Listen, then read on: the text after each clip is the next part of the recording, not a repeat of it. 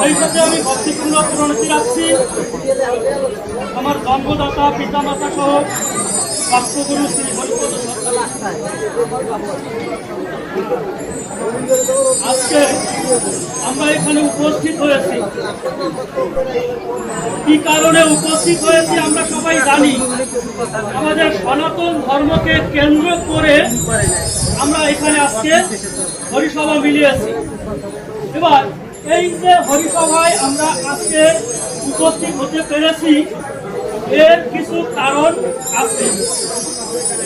আমাদের ধর্মটা সনাতন ধর্ম, আমরা উপস্থিত হই, কিন্তু একটা বিষয় আমাদের মাথার ভিতরে অনেকেরই থাকে না, যে আসলে আমরা এই হরিসভা করে দেখেন আজকে কিন্তু এই হরিসভারই আরো একটা অংশ অন্যত্র হচ্ছে। আবার গতকালকেও একটা হরিসভা হয়েছে। আমাদের হরিসভা কিন্তু কোনো অভাব নাই, তাহলে অভাব কিছু আছে আমাদের। সেই অভাবটা কি? আমরা এই হরিসভা থেকে যা পাই তা কি ধরে রাখতে পারি নাকি পারি না? এই ধরে রাখতে যারা আমরা পারি তাদের কোনো অভাব নাই, কিন্তু আমার মতো যারা ধরে রাখতে পারি না তাদের হচ্ছে সবচেয়ে বড় অভাব। তাহলে এখন কিসের অভাব? এই ভক্তগুরু শ্রী হরিপদ সরকারের কথাটা বললাম এই কারণেই, আমি তিনি আর ধরাধামে দেহ ধরে নেই, কিন্তু তার কিছু কথা ধরে রাখার ফলে মাঝে মাঝে ভাসি আমি চোখের জলে। আর সেই কথা শুনি, কর্ণমূলে যখন শুনি তখন আমার হৃদয় দলে যেন তিনি উপস্থিত হন। তাই তার থেকে দুই একটি কথা বলছি। ধর্মের হচ্ছে চারটি স্তম্ভ আছে আমাদের সনাতন ধর্মে: বেদ, স্মৃতি, সদাচার, আর একটি হচ্ছে কি বিবেকের বাণী।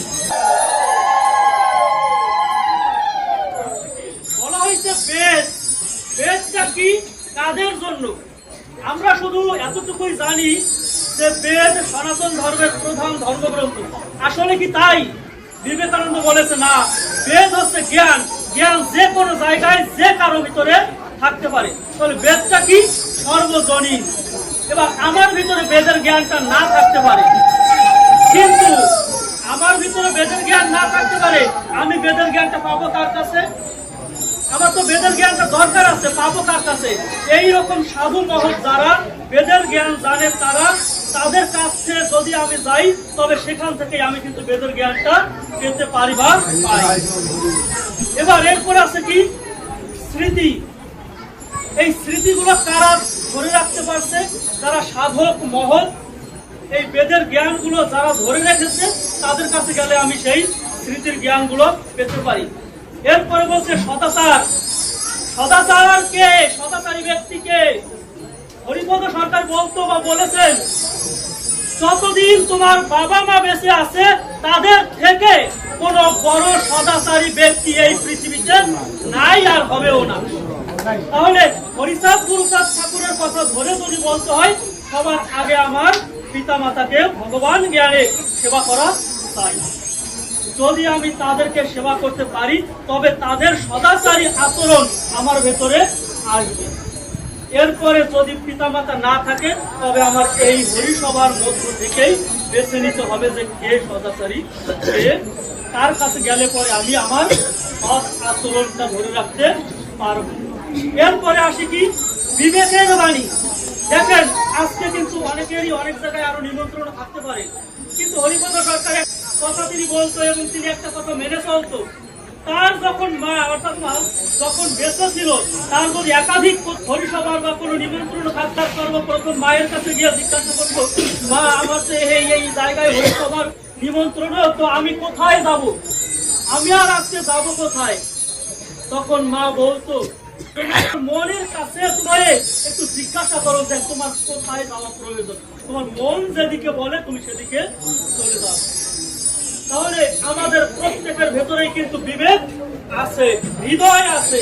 আমি যদি এই বিবেক আদালতে গিয়া নিজের প্রশ্ন নিজে করি, নিজের উত্তর নিজেই পেয়ে যাই, আসলে আমার ভেতরে কি আছে।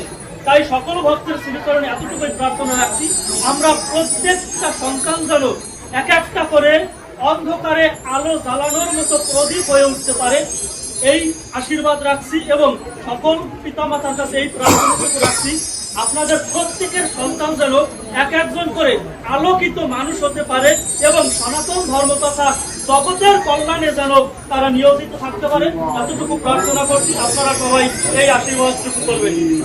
জয় জয় রাধা কৃষ্ণ।